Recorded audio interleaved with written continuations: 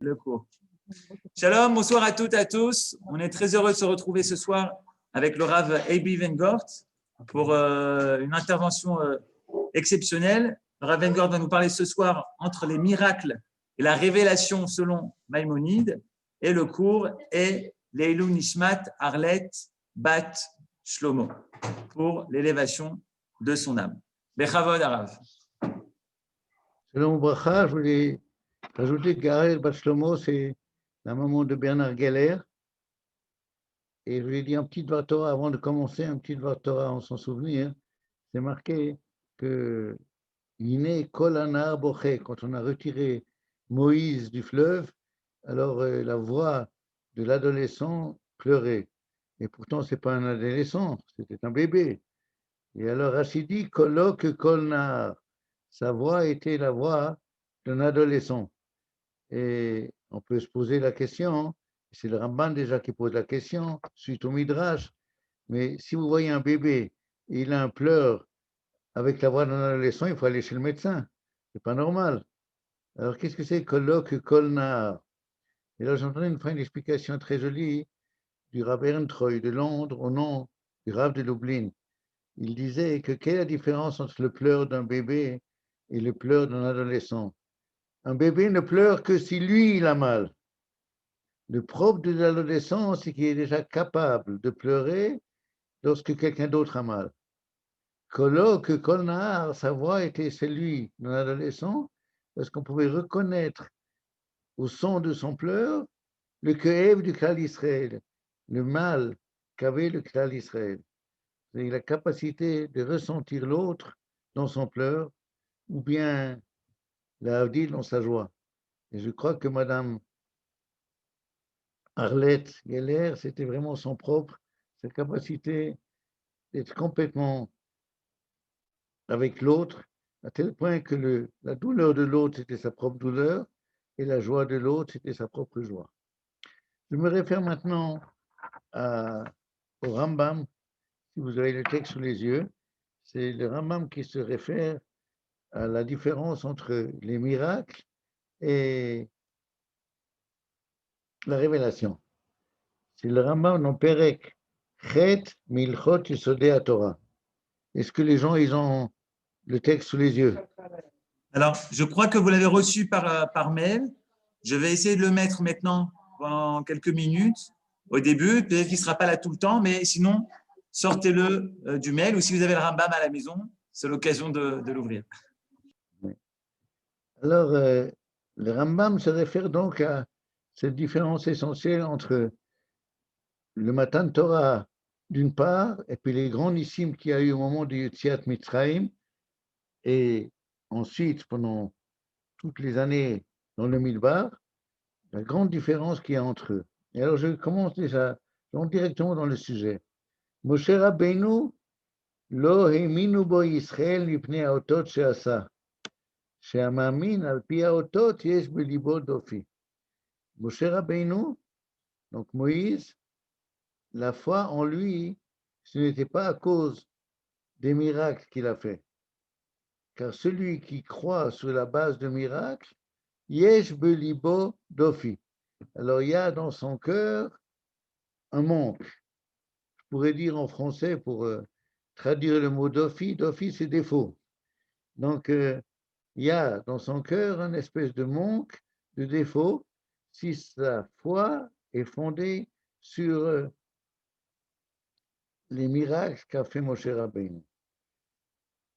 Chez Efshar, chez Yassé Haod, Belat Kissouf, car c'est possible que le miracle soit fait à travers de la magie.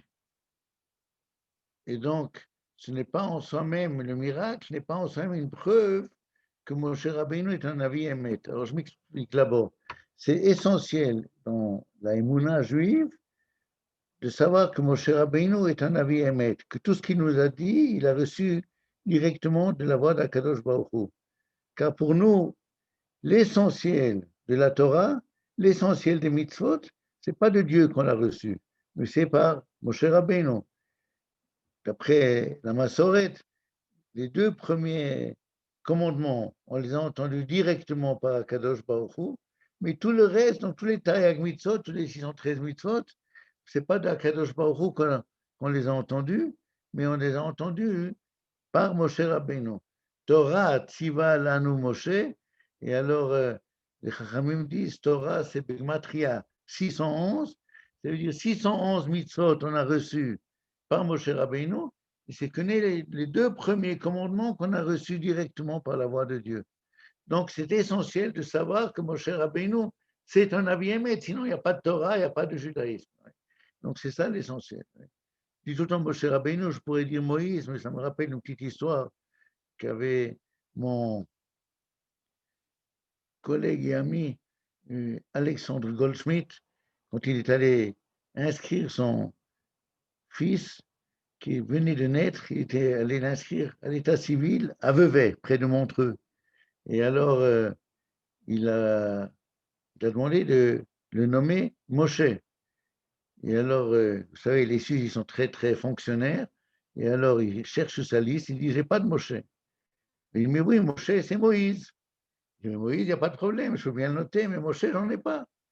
Alors lui, il insiste, non, je veux que ça soit noté Moshe, que sur son passeport, ça soit noté Moshe. Alors il discute, puis tout d'un coup, il y a le fonctionnaire suisse qui lui dit, mais dites-moi, Moshe, est-ce que c'est Moshe Dayan? C'est comme Moshe Dayan? Il dit, oui, oui. Alors il dit, dans ce cas-là, ça va. Puis il remarque Moshe, puis en parenthèse Dayan. Bon, alors pour revenir à Moshe Rabbeinu, tous les nissim, c'était non pas pour démontrer que la Nevuat Moshe y émet, mais c'était, selon le Rambam, selon la thèse de Maïmonide, c'était le Tzorer. Il y avait une nécessité.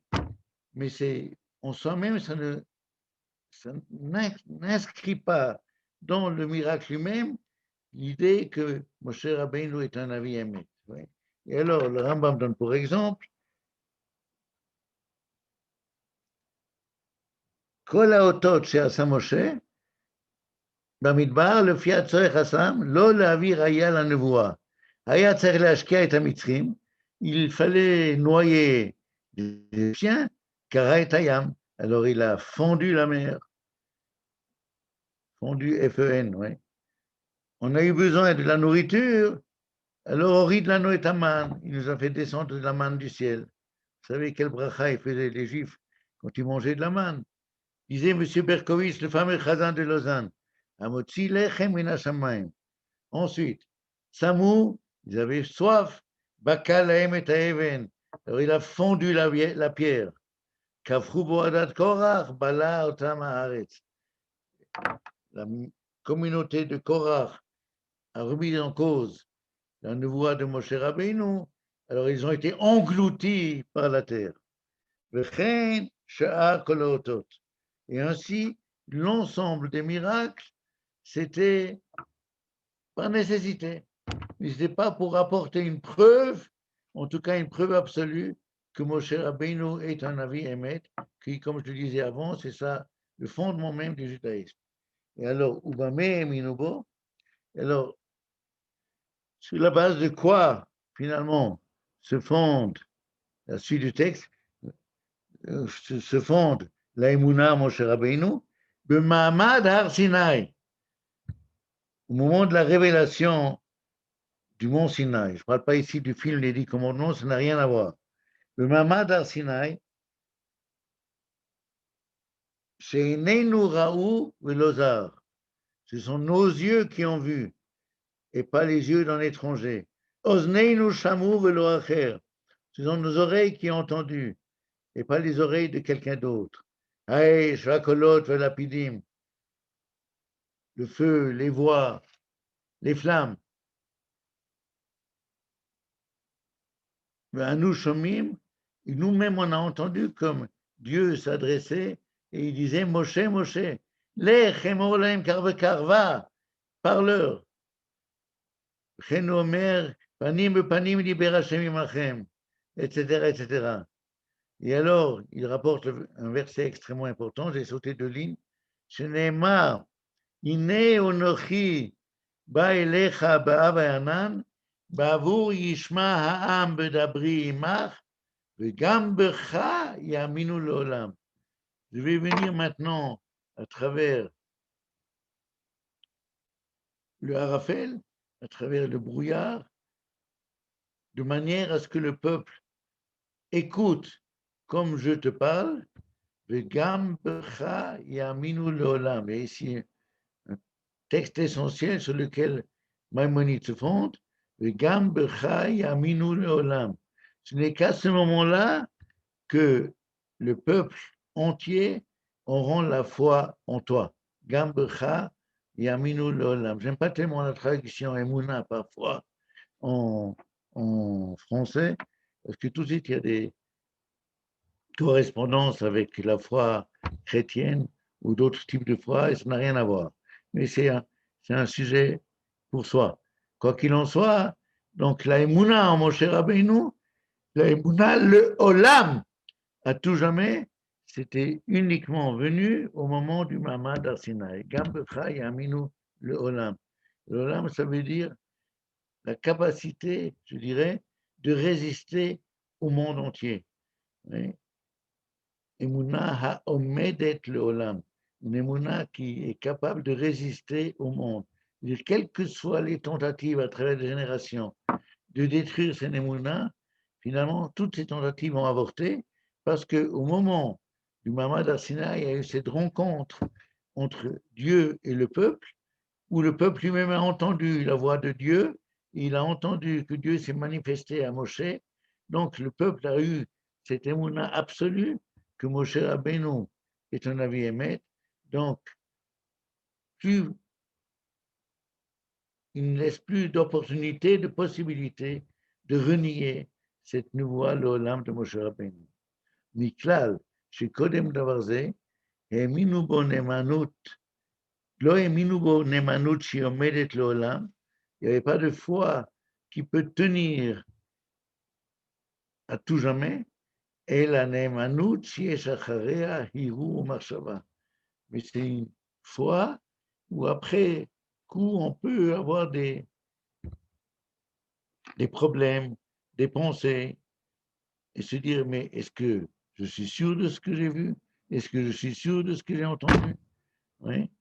Donc, par rapport à l'ensemble des Nissim, il y a certes, il y a une émouna.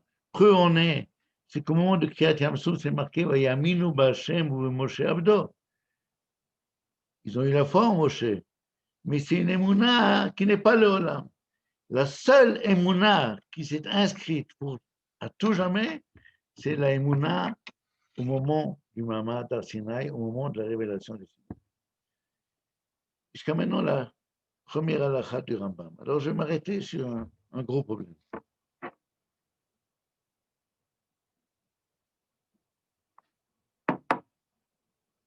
Certes, il est vrai que certains miracles, on peut imaginer que c'est des miracles qui ont été faits par des magiciens. Mais on voit même que les magiciens en Égypte ont essayé d'imiter Moshe Rabbeinu dans ces miracles, mais à un moment donné, ils ont renoncé. À Makadam, ils ont encore réussi. Makad Sfardea, ils ont encore réussi. Mais lorsqu'il est arrivé les Akinim, ils avaient déjà de la peine, etc., etc. Alors on pourrait dire, bon, mais Moïse, c'était un super magicien, Superman. Et alors, ce que les Khartoumim n'ont pas réussi, les magiciens, peut-être que Moshe Rabbeinu, lui, il a le secret de la magie, et peut-être que lui-même, il réussit de faire ce que les magiciens n'ont pas réussi à faire. Mais il y a une limite à une telle pensée. Qui peut imaginer dans ce monde que Makat Bechorot, la 10e plaie, la plaie qui a frappé les premiers-nés, a été le fruit de la magie. Makat Bechorot, c'est une maca à des centaines de milliers d'exemplaires qui s'est abattue sur l'Égypte. Ce n'était pas seulement une différenciation entre les Hébreux et les Égyptiens, comme il y avait dans les autres macotes. C'était à l'intérieur même de l'Égypte, dans chaque maison égyptienne, c'est juste le Bechor qui a été touché, et non pas Le Bechor, c'est le premier-né, et non pas les autres. Et pas seulement dans les maisons, mais également dans les écuries. C'est seulement le Bechor Behema, le premier-né des animaux, qui a été touché, et pas les autres.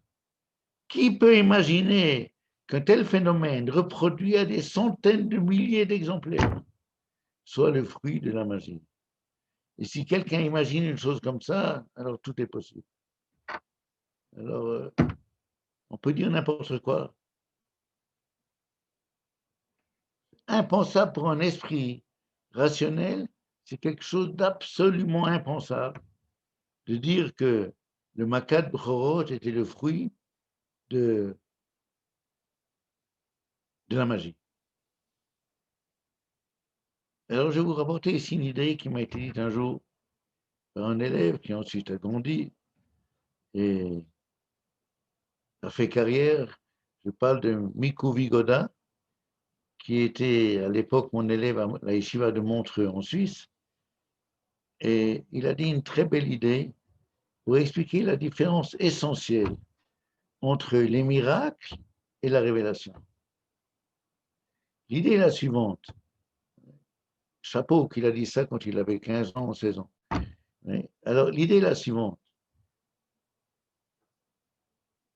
Dans tous les miracles, on n'a pas vu Dieu.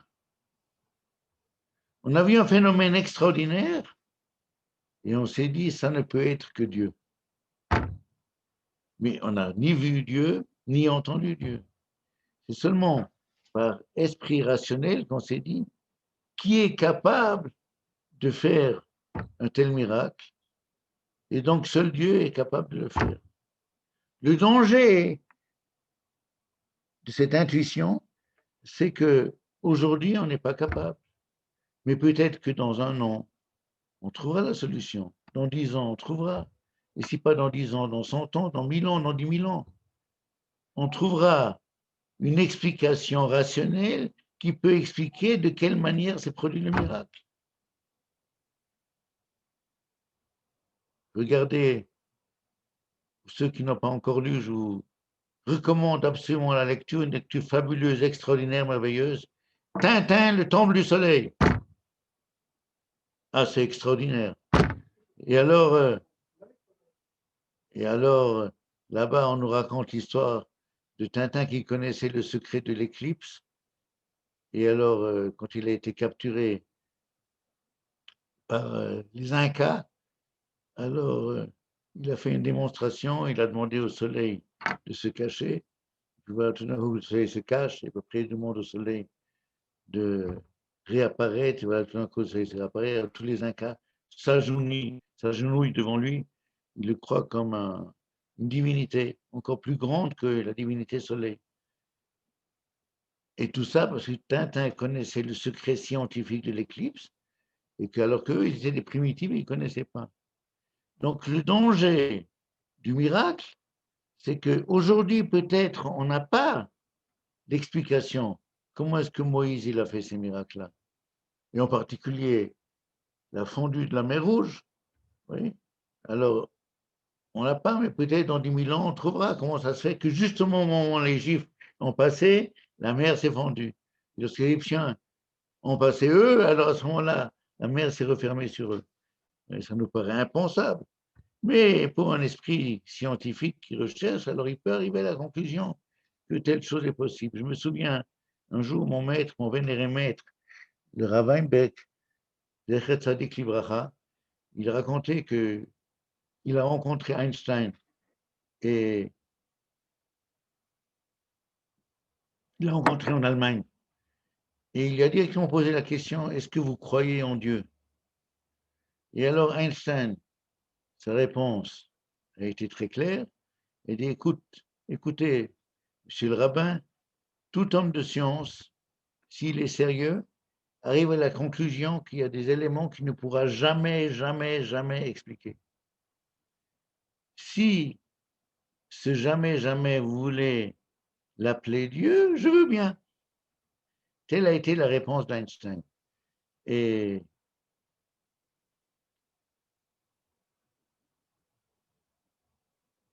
d'un côté, il y a une grandeur Un si grand homme comme lui reconnaît qu'il y a des choses qui sont au-delà de la science, que jamais la science ne pourra expliquer.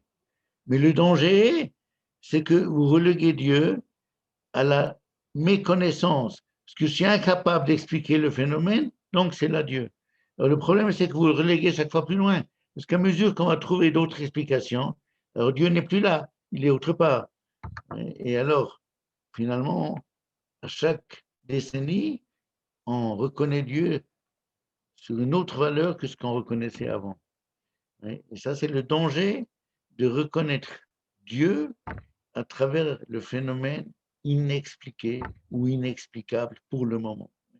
Tel est le danger. M. Berkowitz, le fameux Chazan de Lausanne, racontait l'histoire d'Einstein qui a pris un jour le train entre New York et Boston et à un moment donné, il s'est levé et il est allé au wagon-restaurant. Il voulait manger quelque chose. Je ne sais pas s'il cherchait Kacher, Bercher, Abadatz, mais enfin, il voulait manger quelque chose. Et alors, il y a le serveur qui s'approche de lui et puis il lui amène la carte de menu pour qu'il choisisse ce qu'il veut manger. Le pauvre Einstein, il avait oublié ses lunettes dans le compartiment.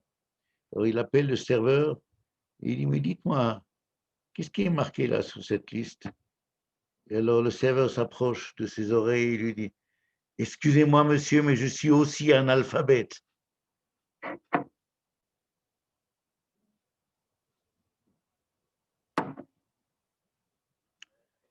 Alors, ça, c'est le danger de l'ensemble des nissim. C'est exactement ce que dit le Rambam à la fin de la Lacha. Sheyesh acharea hiru marshava. Acharea, ça ne veut pas dire forcément demain et après-demain. Ça peut dire dans 10 000 ans. Mais yesh acharea hiru marshava. C'est-à-dire, si ta emuna, elle est fondée sur le fait que je n'ai pas compris le phénomène-là, alors il peut naître plus tard une réflexion, une pensée, mais peut-être que j'ai attribué à Dieu une force que peut-être qu'elle n'était pas celle de Dieu, mais celle de la science. Et Moshe Rabbeinu était un super scientifique ou un super magicien. C'est pour ça que dit le Rambam, la seule émouna qui est entière, qui est totale, c'est la émouna qui est fondée sur le Mamad Arsinaï. Parce que le Mamad Arsinaï, c'est plus une émouna qui est fondée sur le raisonnement rationnel. C'est une émouna qui en fait n'est pas une émouna, ce n'est pas une foi dans le sens chrétien, c'est une rencontre. On a rencontré Dieu, il nous a parlé, il a parlé à Moïse. Et donc, c'est comme si je venais dire à quelqu'un, mais tu ne l'as pas rencontré. Mais oui, je l'ai rencontré, je l'ai entendu. Alors quelqu'un d'autre peut remettre en doute. Mais la personne qui l'a vu, qui l'a entendu, pour elle, il n'y a aucun doute. C'est là, c'est Dieu qui lui a parlé.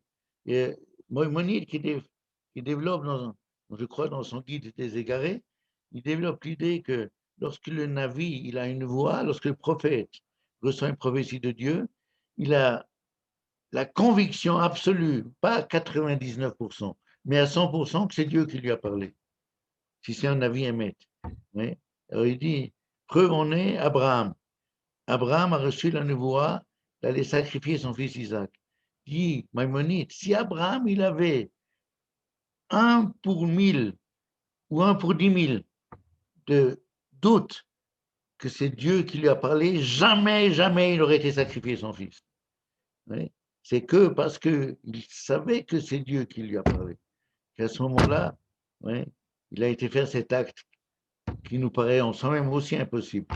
Mais c'est parce qu'il avait pas seulement la foi, pas seulement la conviction, mais il avait la certitude que c'est Dieu qui lui a ordonné, c'est Dieu qui lui a parlé. Mais c'est ce qui est arrivé au Mamad Arsinaï. À ce moment-là, ce n'était pas une foi, c'était une certitude absolue. Et donc ici se manifeste la différence entre les deux. Je vous dirais une petite réflexion par rapport à cela. Réflexion halachique. J'aime toujours relier le monde de l'halakha et le monde de la philosophie. Il y a une Gemara dans Kiddushin,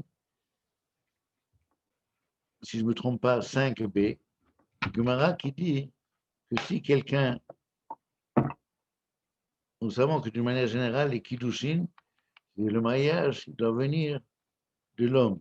C'est l'homme qui donne la bague à la femme. Et alors, c'est l'homme qui donne, et c'est l'homme aussi qui dit à la femme, Arrête, at me kodeshetli. Alors, ça peut être un chiot, on sent même pourquoi c'est l'homme qui fait cela et pas la femme. Mais ce n'est pas notre thème aujourd'hui. Mais d'après la lacha, ça veut dire que c'est Amaru venatanu. Il dit et il donne. Et alors, la Gemara dit, et qu'est-ce qui va se passer s'il a donné la bague, mais c'est elle qui a dit. Natanhu v'amrahi. Donc, elle est venue chez son futur mari et lui dit, Are ani mekudeshet lecha b'tabat zu shediten li. Je veux être sanctifié à toi à travers la bague que tu vas me donner. Et lui n'a pas dit un seul mot. Alors, c'est marqué dans la Gemara que les kiddushin, ça fait kiddushin. Ça veut dire qu'il y a un tzad, il y a un côté pour dire que les kiddushin ne sont pas valables. Et il faut comprendre pourquoi. Alors les Rishonim posent la question, en particulier le Rashba, c'est lui que je me réfère, qui pose la question, mais c'est incompréhensible. Si elle lui dit, j'aimerais être ta femme, et sur la base de cela, il lui donne la bague, c'est clair que quand il a donné la bague, il voulait, à travers cela, faire les kiddushin. Alors pourquoi est-ce qu'il y a un doute par rapport à ces kiddushin? Qu'est-ce qui éveille le doute chez les Chachamim? Et le Rashba donne la réponse suivante. Il dit, certes, c'est clair sur le plan rationnel que lorsque l'homme il a donné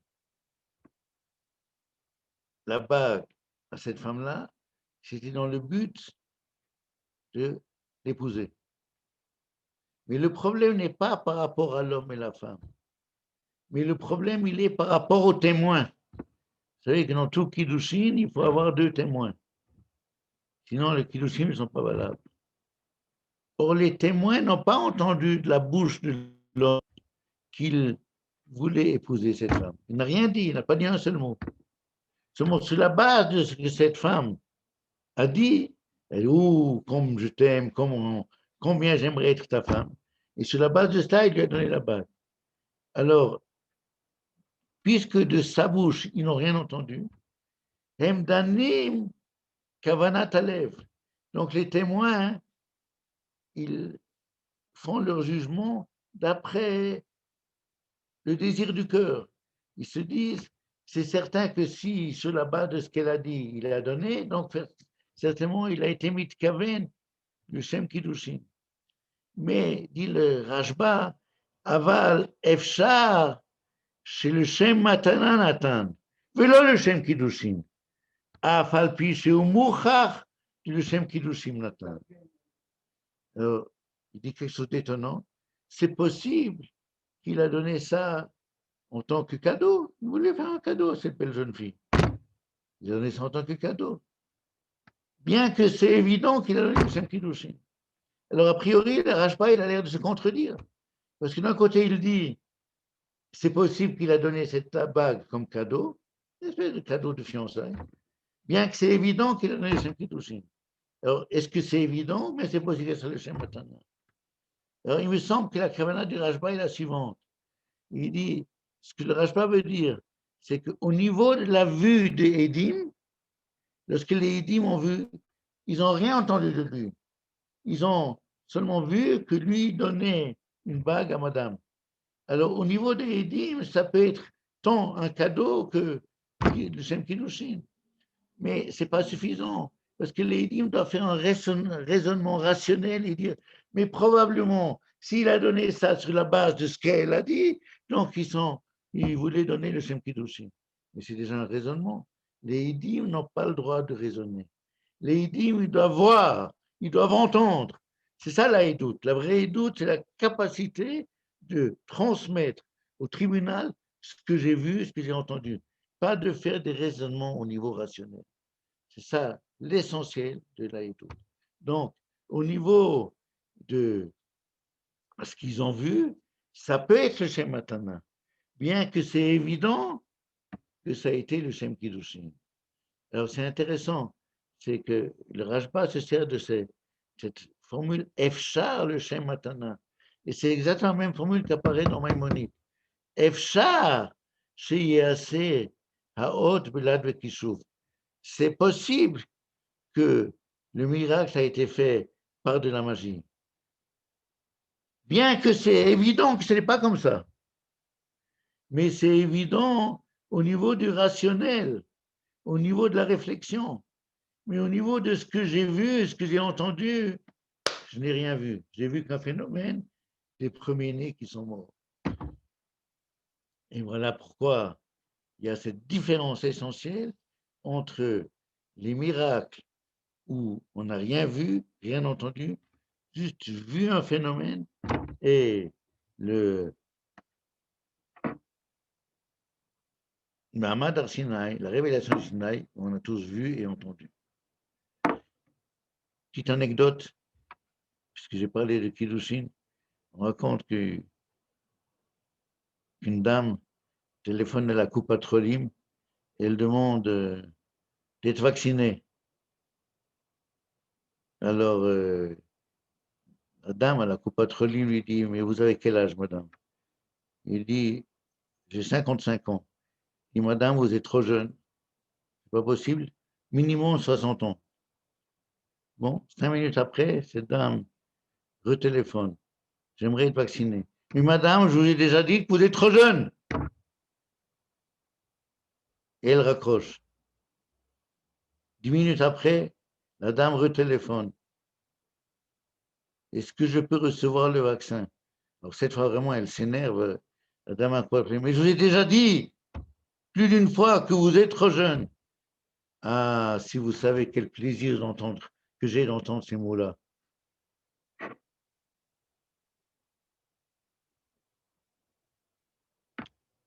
Je dis généralement à mes élèves que ceux qui n'ont pas compris peuvent venir après le cours demander une explication.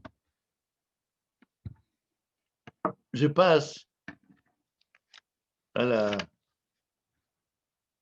la Chabet. Nimtseu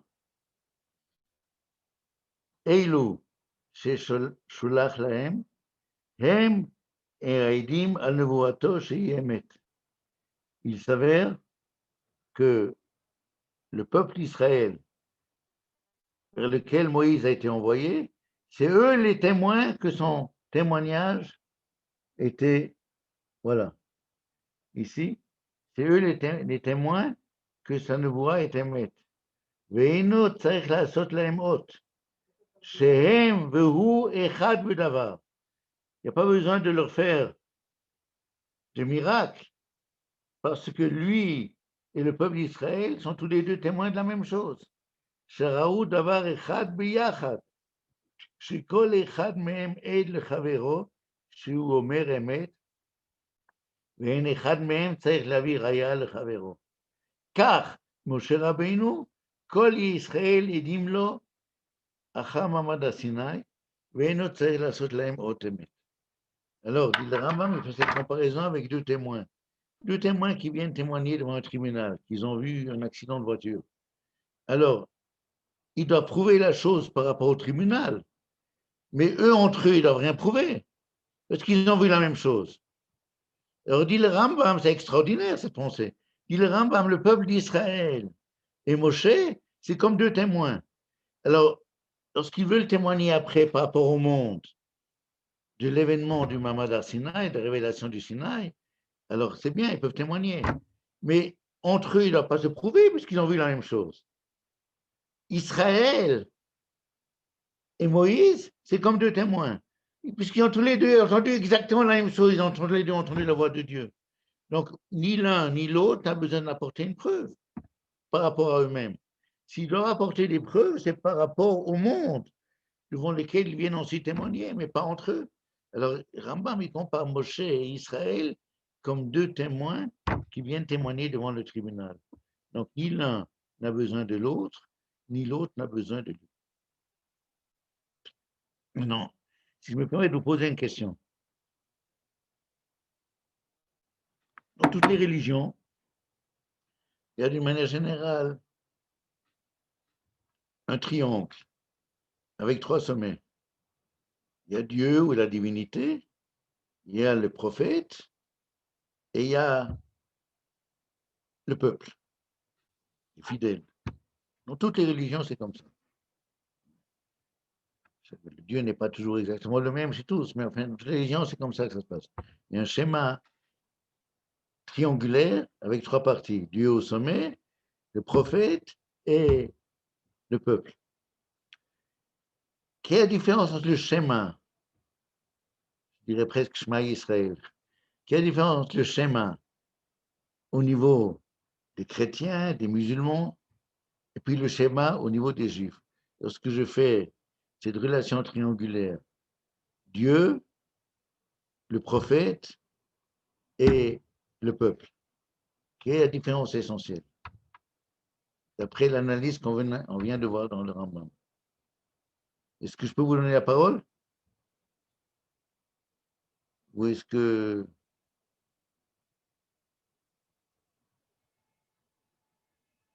Je n'entends pas très bien. Vous-même, vous m'entendez? Vous pouvez ouvrir les micros, chers amis. On était tous au Sinaï. Eh bien, peut-être que parce que chez le peuple d'Israël, il y a les 2 témoins, il n'y a pas chez les autres peuples. Comment? Merci infiniment, mais il y a quelqu'un d'autre qui vous a précédé. Merci infiniment. Oui, Paul, qu'est-ce que tu voulais dire? J'ai dit qu'on était tous au Sinaï, on était tous témoins en même temps. בדיוק.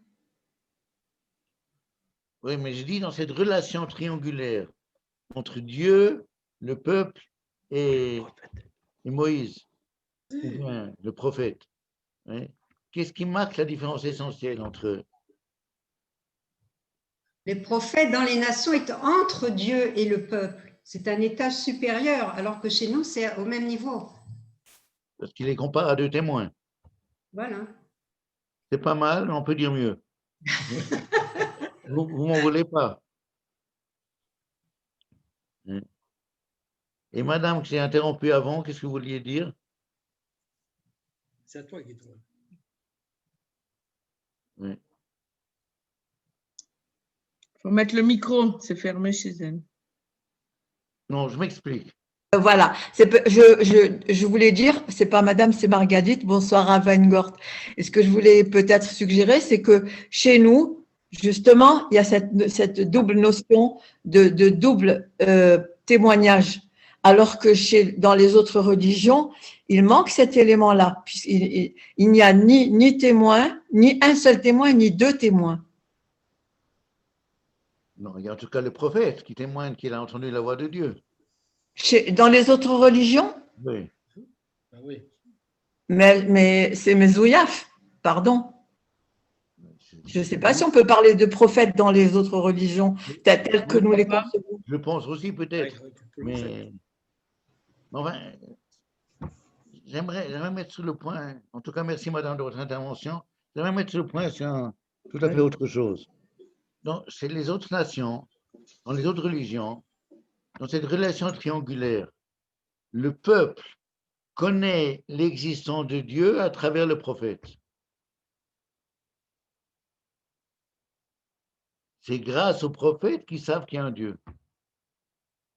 Alors que dans la religion d'Israël, le peuple connaît le prophète à travers Dieu. C'est par Dieu qu'ils savent que le prophète est un prophète authentique. C'est 2 schémas radicalement différents. Une fois la relation se passe, le peuple entend le prophète et à travers le prophète, ils savent qu'il y a un Dieu. Alors qu'ici, ce n'est pas comme ça. Dans le peuple d'Israël, ce n'est pas comme ça. Le peuple entend Dieu. Il entend Dieu parler à Moïse et donc le peuple sait que Moïse est un vrai prophète. OK? Je continue, Maïmonide.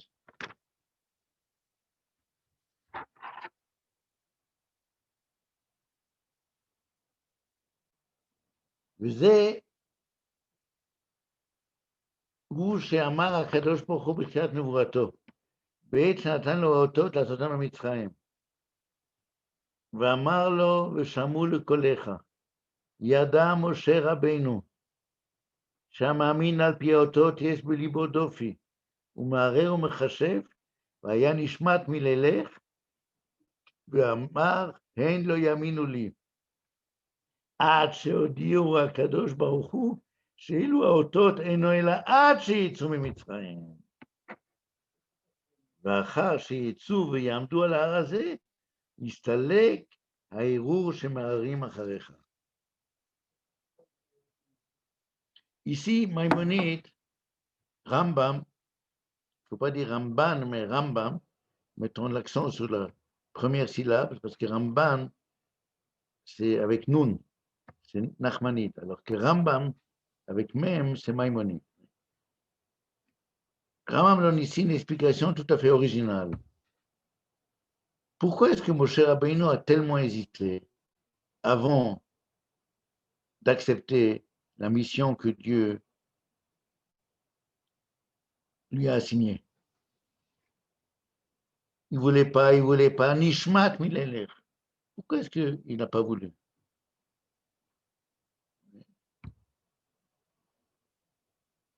Il y a une explication, entre parenthèses, du Rav Hirsch, qui dit que le fait même que Moshe Rabbeinu n'a pas voulu, il a même refusé d'être le prophète d'Israël, c'est en soi-même déjà une preuve de la vérité de la Torah.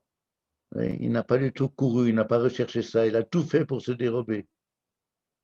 Il n'a pas fait comme d'autres manigim qui disent « c'est moi que tu dois choisir, Rak Bibi Tifrar ».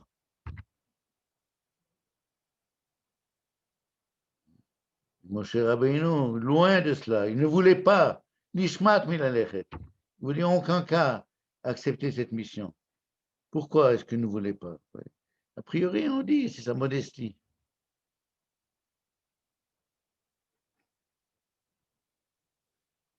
Mais Maïmonide donne tout à fait une autre explication.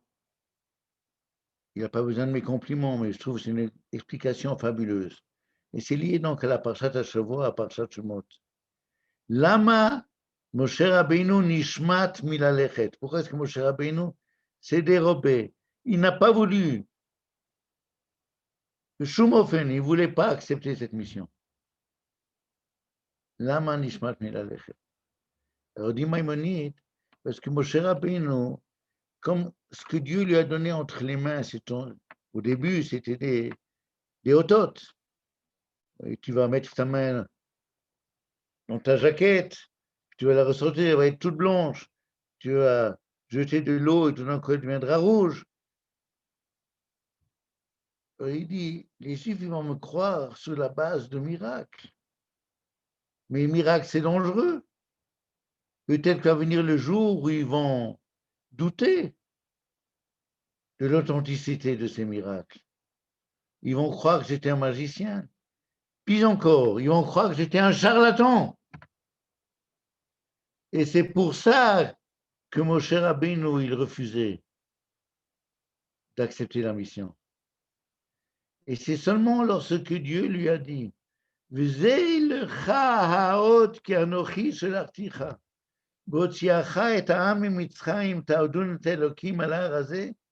voici pour toi la preuve que je t'ai envoyée, que va venir le jour où lorsque tu vas sortir d'Égypte, ils seront ici, sur cette montagne-là, c'est l'Ar Sinaï, que Moïse a accepté. Et alors, une explication absolument extraordinaire de Maïmonide dans le Passouk. Maïmonide, généralement, ce n'est pas un commentateur des psaumes, mais ici, c'est tellement beau, cette explication. Il dit, je te donne à toi pour te tranquilliser. Je te donne ici le hôte, où il y aura la preuve absolue que c'est moi qui t'ai envoyé, que Chas Shalom, tu n'étais pas un charlatan. Que ces hôtes que je t'ai donnés jusqu'à maintenant, ce n'est que passager. Mais il y aura maintenant le hôte absolu, le signe absolu, que tu es un prophète authentique et non pas Chas Shalom, un charlatan. C'est que au moment de la sortie d'Égypte, Tavdoun et Elohim à la rasée, vous allez vous approcher de cette montagne et là vous entendrez la voix de Dieu. Et à ce moment-là, le peuple entendra d'une manière directe, comme je te parle, Et alors, à ce moment-là, le peuple saura que tu es un prophète aimé. Le Kha, je donne ça à toi, oui, pour te tranquilliser.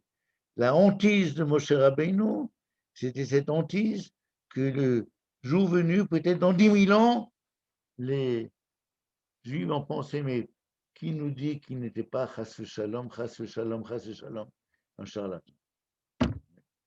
Voilà le pérouche original de Maïmonide dans ce passage. Et maintenant, je passe au dernier passage de Maïmonide, Od Gimel. Voilà, Hagimel. Vous avez encore quelques minutes de patience. Le Fichach, Imamad Navi, voilà. Le Fichach, Imamad Navi, Ve'asa otot moftim gdolim, ubikes le'akrish nevuato shel Moshe Rabbeinu. Voilà pourquoi, si un prophète à travers les âges va se lever, il demandera de renier la prophétie de Moshe Rabbeinu. Ein shomim lo. Il ne faudra pas l'écouter. Même si ce Navi, il va faire des otot et des moftim extraordinaires. Il va faire des miracles incroyables. Il va faire danser les étoiles sous le signe du Magen David, Adam. Du Magen David, oui. Alors, extraordinaire. Qui est capable de faire une chose pareille? Ein shomim lo. Si jamais il renie la prophétie de Moshe Rabbeinu, on n'a pas le droit de l'écouter. Pourquoi? C'est נבואת משה רבינו אינה על פי האותות כדי שנערוך זה לאותות זה, אותות זה לאותות זה, אלא בעינינו ראינו ובאוזנינו שמענו כמו ששמע הוא. Dit le Rambam, ah c'est extraordinaire, on a des fois envie d'embrasser le Rambam, tellement extraordinaire. Il dit, parce que la prophétie de Moïse, son fondement n'est pas d'après des miracles. Parce que si ces fondements c'était d'après des miracles, alors on aurait fait un tableau de comparaison. Quel miracle lui a réussi à faire et quel miracle l'autre prophète il a réussi à faire.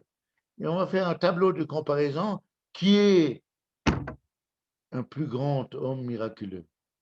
Vous savez ce qu'il disait le Chazan de Lausanne? Monsieur Zoltan Berkowitz, le fameux, il disait qu'est-ce que c'est un rabbin miraculeux? C'est un miracle qu'il soit un rabbin. Bon, alors, Moshe Rabbeinu, c'est la foi en Moshe Rabbeinu n'est pas à cause des miracles qu'il a fait. Parce que si la base de la foi en Moshe Rabbeinu, c'était les miracles, alors on aurait fait un tableau comparatif entre Moshe Rabbeinu et l'autre prophète. Qui est-ce qui est plus capable que qui? Mais non, ça n'a rien à voir. Les miracles, c'est pas ça la preuve de la vérité de Moshe Rabbeinu. Oui. Mais c'est parce que nous-mêmes, le peuple d'Israël, dans son entité, 3 millions de personnes, ont entendu comme Dieu a parlé à Moïse. Eh bien, devant cette situation-là, personne ne peut venir contredire Moshe Rabbeinu. Et si quelqu'un vient contredire Moshe Rabbeinu, c'est nous qui savons que c'est un menteur. C'est nous qui savons que c'est un charlatan. Parce qu'il contredit ce que nous-mêmes nous avons vu. Il contredit, c'est comme si quelqu'un venait vous dire, eh bien, le Rav Weingold ne vous a pas donné un cours maintenant. Oui. Et vous l'avez vous-même entendu. Alors, on ne peut pas contredire quelque chose que la personne elle-même, elle a vu, elle a assisté. Le Chol Ha'am Roim et Akolot, le peuple entier a entendu la voix de Dieu. Et donc voilà pourquoi on refuse le Navi Sheker. Entre parenthèses, le rabbi de Kotsk a expliqué une fois pourquoi est-ce que Dieu a fait un tel miracle que le peuple entier a vu les voix. Normalement, des voix, ça s'entend, ça ne se voit pas. Hein? Alors, Berkowitz disait, le fameux Chazan de Lausanne, c'était le premier audiovisuel de l'histoire. Alors, pourquoi est-ce que Dieu il a fait un tel miracle qu'on a vu les voix? Alors, il disait le rabbi de Kotsk, parce que si on avait seulement entendu les voix, quand on a entendu Lo tirtsach, tu n'as pas le droit de tuer. Lo tignov, tu n'as pas le droit de voler. On aurait pu, à l'écoute, entendre de l'eau avec un vav. L'âme de vav.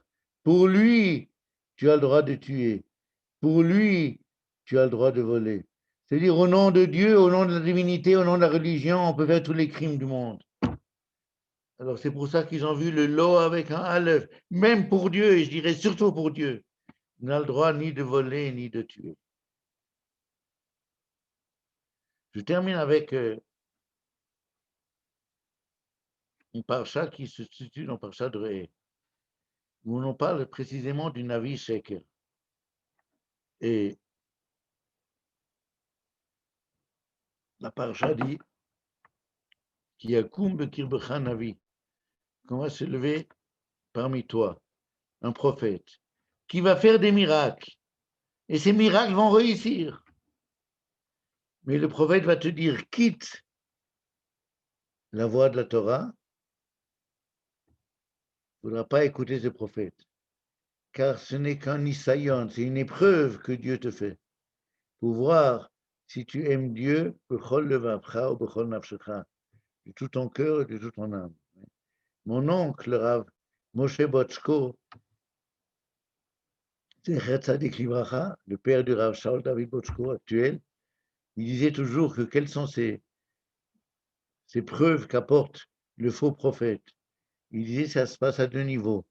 Au niveau de l'histoire, où le faux prophète vient dire, mais vous voyez, tous ces malheurs qui s'abattent le peuple juif, ça ne peut pas être lui le peuple élu. Comme disait le Chazan de Lausanne, M. Berkowitz, il disait, M. Zoltan Berkowitz, il disait, voilà, ils nous font souffrir, ils nous tuent, et après il dit, vous voyez, c'est la preuve que ce n'est pas le peuple élu. Il est ici le paradoxe. Alors une, c'est par rapport à l'histoire d'Israël, et l'autre, c'est par rapport à la science. Ils amènent des preuves noires sur blanc, comme quoi, par exemple, la Torah n'est pas vraie, n'est pas authentique. Preuve en est qu'il y a des dinosaures. Il y a ces histoires des dinosaures que racontait M. Zoltan Berkowitz, Chazan de Lausanne, qu'un jour, il y a un musée de dinosaures et il y a des invités et le guide leur présente un dinosaure et il leur dit, celui-ci, son âge, c'est 800 000 ans et 3 mois. Les gens sont ébahis de cette exactitude. Il y en a un juif là-bas qui me dit, comment est-ce que vous avez connaissance d'une telle exactitude de l'âge du dinosaure?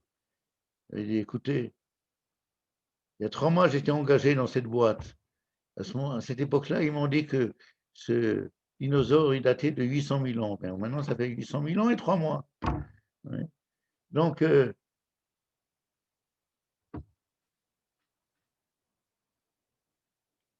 ils essaient de prouver par la science que la science est en contradiction avec la Torah. Eh bien, tout ça, c'est une épreuve. Menacez Hashem Elokechem. Ayeshem Moavim et Hashem Elokechem bechol levavchem ou bechol nafshechem. C'est une épreuve pour voir si votre amour pour Akadosh Baruch Hu, c'est un amour entier, total. Bechol levavchem ou bechol nafshechem. Et il disait, mon oncle, Rabotchko, Ramoshe Botchko, il dit a priori, ce n'est pas un Isayon B'Ahava, c'est un Isayon B'Emunah, ce n'est pas une épreuve d'amour, c'est une épreuve de foi. Pourquoi la Torah dit que c'est un Isayon B'Ahava? Il a dit quelque chose d'extraordinaire. Autant que je me souvienne, c'est lui qui l'a dit ou que je me suis permis de rajouter par rapport à ce qu'il disait, mais quoi qu'il en soit, pourquoi c'est un Isayon B'Ahava? Il dit lorsque quelqu'un, il aime sa femme, puis bien, vont venir des personnes, puis ils ont dit, mais ta femme t'a trompé, elle est partie avec quelqu'un d'autre. Alors, s'il aime sa femme de tout son cœur et de toute son âme, il va travailler jusqu'à ce qu'il a prouvé que c'est faux ce qu'il dit, c'est pas possible, c'est impossible. Ça veut dire que l'amour et la préséance de la foi. Si on a l'amour, alors à ce moment-là, on va avec la foi jusqu'au bout. S'il manque l'amour, on se laisse prendre par n'importe quel charlatan. Donc, c'est un test de l'amour. Et le test c'est le test de savoir si on est capable de comprendre que la Torah, c'est elle qui nous guide dans la vie. Le test du prophète, comme disait mon beau-frère, le professeur Abraham Kouchelevski, il disait que le test du prophète, c'est la Torah. C'est pas que le test de la Torah, c'est le prophète, mais le test du prophète, c'est la Torah. Si ce qu'il dit correspond à ce que dit la Torah, on peut l'accepter comme prophète. Mais si ce qu'il dit contredit la Torah, alors il est négationné comme prophète. La Torah, c'est le test ultime parce que c'est la Torah que nous avons entendue par la bouche de Dieu au moment du Mamad Har Sinaï. Dernier point, c'est marqué Ki yakum bekirbecha navi. Et si vous regardez dans les textes du Baal HaTurim, Baal HaTurim a été écrit par le Tour, qui lui-même était le fils du Rosh de Rabbeinu Asher. Et le Baal HaTurim, dans un commentaire, il dit bekirbecha navi, bigmatria, c'est la gematria de Zo Haïcha. C'est ça, la femme. Et personne ne comprend ce qu'il veut dire. Et à tel point, on ne comprend pas ce qu'il veut dire qu'il y en a des éditions du Baal HaTurim où ils ont effacé. Ça n'apparaît pas du tout. Dans d'autres éditions, vous retrouverez, je ne sais pas laquelle édition vous avez chez vous, vous retrouvez, c'est marqué Bekir Becha, Bigmatria Zo Haïcha. Personne ne comprend ce qu'il veut dire. Un jour, j'ai été à la Sifria Loumit, la Bibliothèque nationale, et j'ai cherché dans les vieilles éditions du Baal HaTurim. Et j'ai découvert quelque chose d'extraordinaire.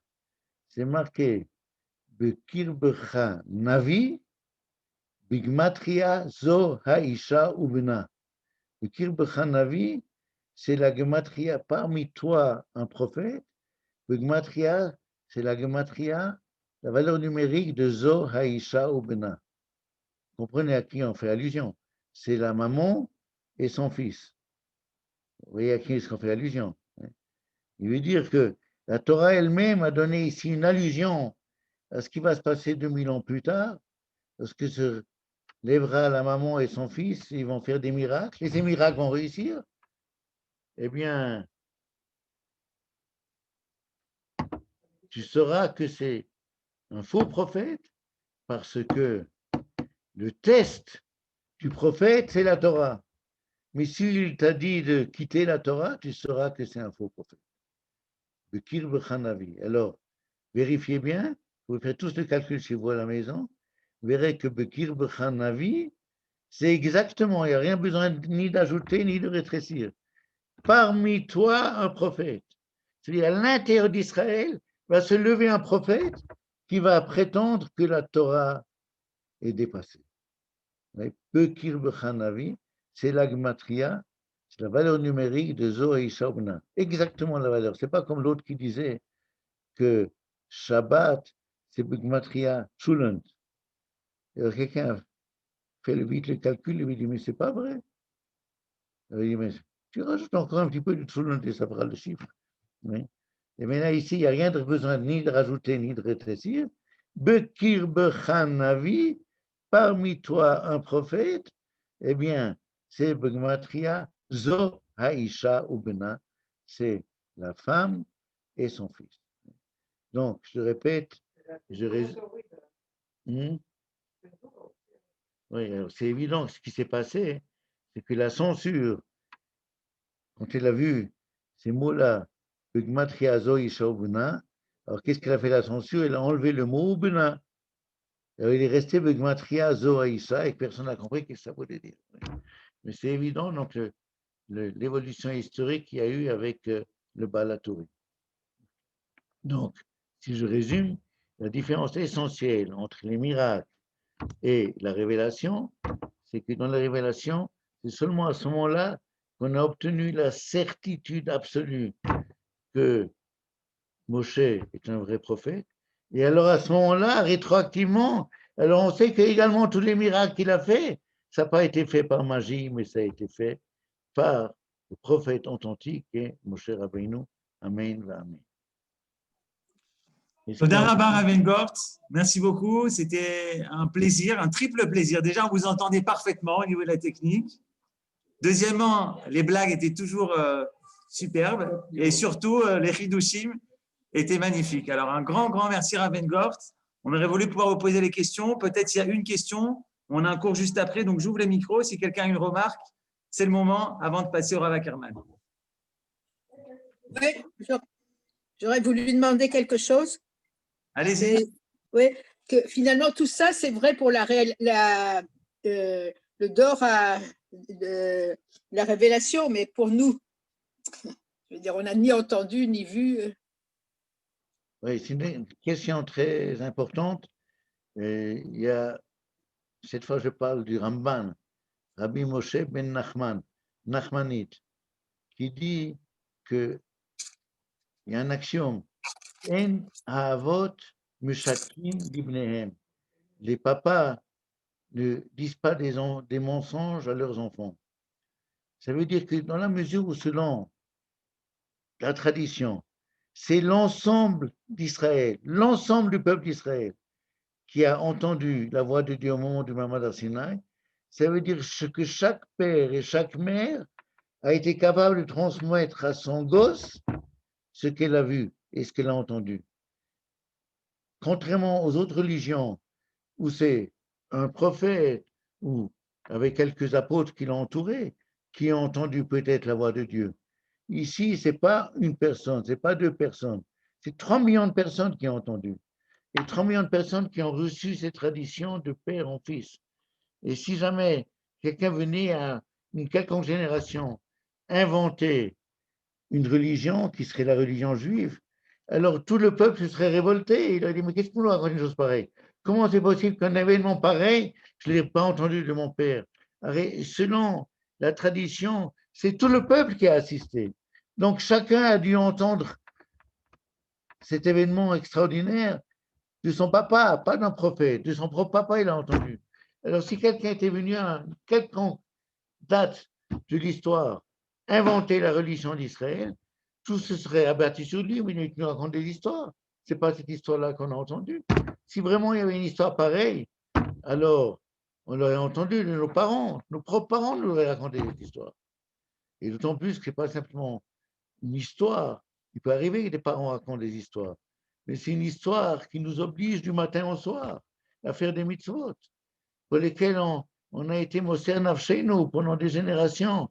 On a été Moser Nafshenu, on a donné notre cœur et notre âme et notre être pour accomplir quelque chose que si on n'avait pas eu la tradition de papa et de maman que ça s'est passé, jamais ça nous serait venu à l'idée d'être Moser Nafshenu, de donner notre âme pour cette chose-là. Ouais. Ce n'est pas comme une histoire que j'ai entendue de X, qui a entendu de Y, qui a entendu de Z. C'est de papa et de maman que j'ai entendu cette histoire. Toda Rabba Raven Gort, merci à tous. Et on se retrouve pour le cours du Rav Ackerman sur la paracha. Donc, Donnez une salutation à Rav Ackerman et que des bonnes choses. C'était Amen, au 5e à la Yeshiva de Montreux.